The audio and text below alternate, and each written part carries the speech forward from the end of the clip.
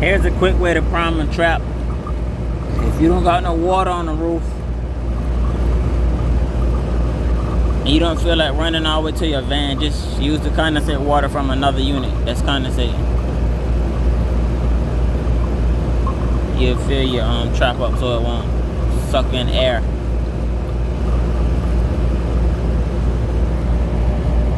We're pretty good.